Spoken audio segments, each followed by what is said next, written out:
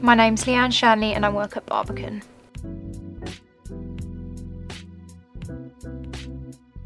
My name's Oliver Evans and I work at Barbican. So, Ollie, do you remember why you got into insurance or how you got into insurance? I did some work experience with Hiscox in my first year of university.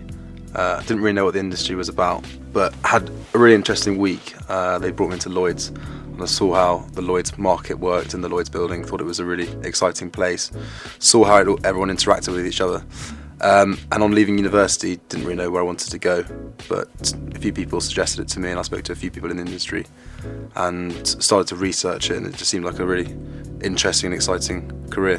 What was your opinion of the industry before you went into it, and how has it changed? I think before I was in the industry, I was at school, so I went straight from sixth form into Barbican, so I didn't really sort of have a concept of the industry other than sort of what you normally see with your car insurance or house insurance, so I didn't really know much. So I think it almost didn't have an opinion, but I think I started in the marine team and I think it completely changed my opinion. There's so much more to it. We look at sort of whole business, which is vessels, cargo. We do a little bit of space business, which is sort of satellites. So it's completely changed to, I think it's an industry that's really interesting. And for me, not going to uni, it's an industry where you can come in at a lower level and really sort of move up. And who do you think, if you look at our company, sort of Barbican, who would you like to sort of emulate within the company? I think at my level, it's the ambition of mine is to manage my own portfolio, have kind of that ownership of the whole class of business and manage a class. That for me is the aim at the moment. Is that the aim for you, or are you looking different areas? Or? Yeah, I think at the minute my goal is to sort of get into being an underwriter. So I started as an underwriting assistant. So when you come in at that level, it's sort of the admin, you do the data entry, you still sit at Lloyd's, so you see the brokers come in to speak to the underwriters. I'm now an assistant underwriter, so sort of moving there. So I want to move into the underwriting, so that's, the brokers come in with the risks to us. Do we want to write it? How much do we want to charge? And then sort of, same as you. See where it goes. Would you say you sort of progressed at a steady pace? You were trained up in a kind of a way that meant you could progress at the right pace? Yeah, I think it's different for everybody, especially depending on what class of business you go in. Mine is marine, you need a lot of knowledge about it, there's a lot of different parts to it. But I was an underwriting assistant for 4 years, and only after that I've then sort of around a year ago moved up to assistant underwriter. And I think you sort of have to understand that to get into underwriting you have to know a lot, it's going to take a long time. But yeah, definitely at Barbican and a lot of the syndicates, there's the people there that will help you progress. What would you say is the benefits of working for a smaller syndicate like Barbican? I think, as you say, it is a smaller syndicate. We're at sort of about just over 100 people. When I first started, it was about 30. I think the benefits is you're sort of brought into things that you wouldn't normally look at. So I was very involved in looking at systems or dealing with processes. You get I think you get a better chance almost sometimes to develop because you're involved in more aspects of the whole company, whereas if you're in a company of 1,000 people, you can't really be involved in everything. You develop slower at bigger companies? I don't know. I think I've never been at a bigger company. I think maybe you sort of stick to your area and sort of develop that way, which isn't necessarily a bad thing. I think sometimes you almost have that chance to go right through in your own sort of area of knowledge. But I think I've quite liked personally being in a smaller company, because although I've been within the underwriting team, I've still had exposure to other areas. It's quite a nice atmosphere sort of to know everybody, so it's hard to remember everybody's names as it gets bigger. But yeah, I've definitely sort of enjoyed the smaller sort of company atmosphere, but then we'll get bigger and it will change. How do you manage your work-life mix? I think I've been quite lucky in terms of the team I'm in and the company. Barbican's always very aware that we have, our life outside of work, and they're very understanding of that. And I think I would say the industry sort of as a whole is quite good, whereas we have a lot of work to do, a lot gets done, but then there is quite a good work-life balance for the industry as a whole generally, and it can be as much or as little as you want it to be. I think definitely with brokers and clients. So yeah, how much interaction do you have with sort of brokers and clients outside of your normal sort of office hours? Broker lunches, kind of lunches with underwriters, and events in the evenings.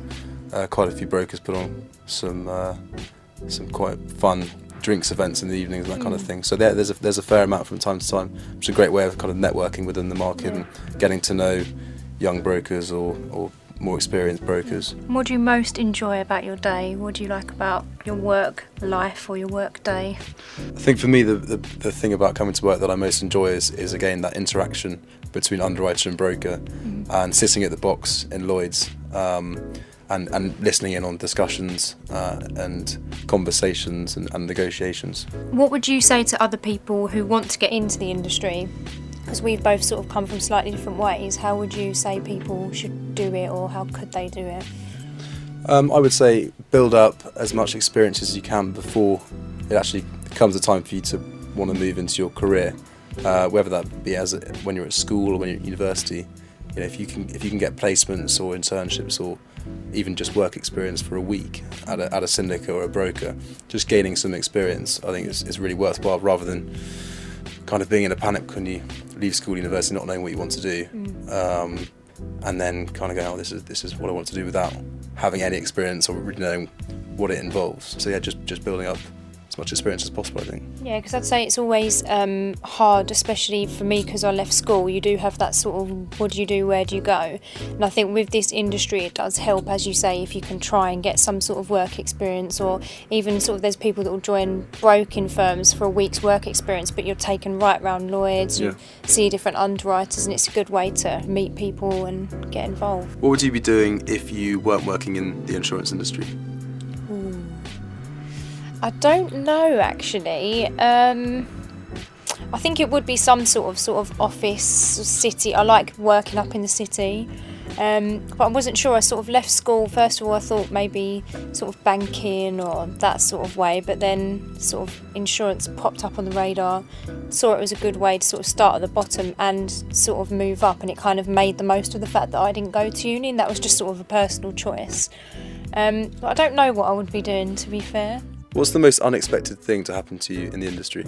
I think probably being able to progress sort of within the 4 years from an assistant level to an assistant underwriter, so doing more of the technical underwriting, and probably moving from reinsurance, which as you say was insuring insurance companies, to insurance. So now we're dealing directly with the people that own vessels, directly with the people that want to move sort of their cargo or insure their satellites. So yeah, probably the move in teams at sort of quite a quicker level than I thought.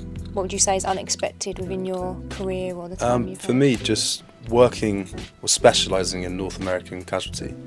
I didn't think that I would be specialising in that. I was more interested in kind of international emerging markets, that kind of thing. Didn't think that I would have such a massive interest in the North American market. Yeah.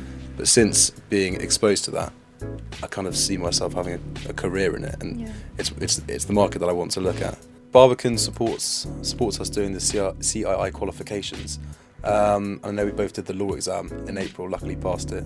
How do you balance your exam timetable with your work life? I think Barbican's very good now. We have a lot of younger members sort of and older that are doing the CII qualifications. It's sort of encouraged, I think industry wide now, it's especially encouraged. So they've been very good. They sort of run revision sessions, they sort of send us on courses where we need to. I've sort of found doing it sort of at lunchtime and then sort of a bit after work before I go home has always helped, because when you sort of get home it's harder. But I think Barbican are very good in sort of supporting it. They will pay for the courses and the exams for us. Suddenly the day before. And I think just generally because a lot of people are doing it, there's quite sort of a spirit of everybody doing it together and sort of helping each other. And I mean, I don't know about you, sort of the older members of our team don't all have the qualifications. It wasn't as sort of required. Now everywhere you go it's sort of a bit pushed more. So it's something sort of I want to do. I'm at certificate level, doing another one in October, and hopefully go from there. I mean, what would you say? How about you? Yeah, but again, Barbican's great because we again we're supported to go on. I went on I think both of us went on that law training day, revision day, which was really useful. Training on what questions will come up and how we answer, not exactly what questions will come up, but what kind of topics will come up, how we answer questions and that kind of thing. Yeah, I think it's really important these days to have your qualifications just to possibly get that extra bit ahead. I think when all your peers have that qualification, it's something you need as well. So yeah, I view it as crucial to my career. I think it's quite good, even people that aren't in the same company, maybe brokers that aren't even in the same sort of sector, not underwriters, they're all sort of doing the same thing. So even though it's sort of tough to get through them all, you've got a lot of people that are doing the same things that you can talk to that might be doing the same exam. So I think as it is, as you say, industry-wide, there are a lot of people to sort of focus on it with. Do you think you'll have opportunities with travel, and would you like to travel? As I think there's a lot of travelling that happens. What do you think your position with that's going to be, or what would you like? For me, that's one of the main draws of the market. One of my big ambitions is to travel as much as I can. The fact that I work in North American market, I want to go and explore that market and actually go out there and experience it for myself. I certainly, in the future, I hope that I can go out and kind of produce business out in North America and really get a great relationship with the clients, get to know them, get to know their businesses, and spend a lot of time with them. Is that the same for you? Yeah, I mean, we do a lot of travel, especially like as a whole team. There's a lot of travel to visit clients, visit overseas brokers. I mean, my first trip was this year. Went to Canada for a week because we do a big contract over there. So it's something. It's really good to do. It's good for your experience, and I've enjoyed it. And you see the business that you're actually doing here. You see it there. So what was the business you were meeting in Canada? We were looking at fishing vessels that we insure in Canada. So we went onto a few boats. Whereabouts in Canada? Didn't fall off any of them. It was Newfoundland for a few days, and then over to Vancouver. So we're insuring all of these fishing vessels. So it's good to actually be on them and have a look. So yeah, it's something I probably never thought I would be doing when I left school, but yeah, it's a nice aspect of it.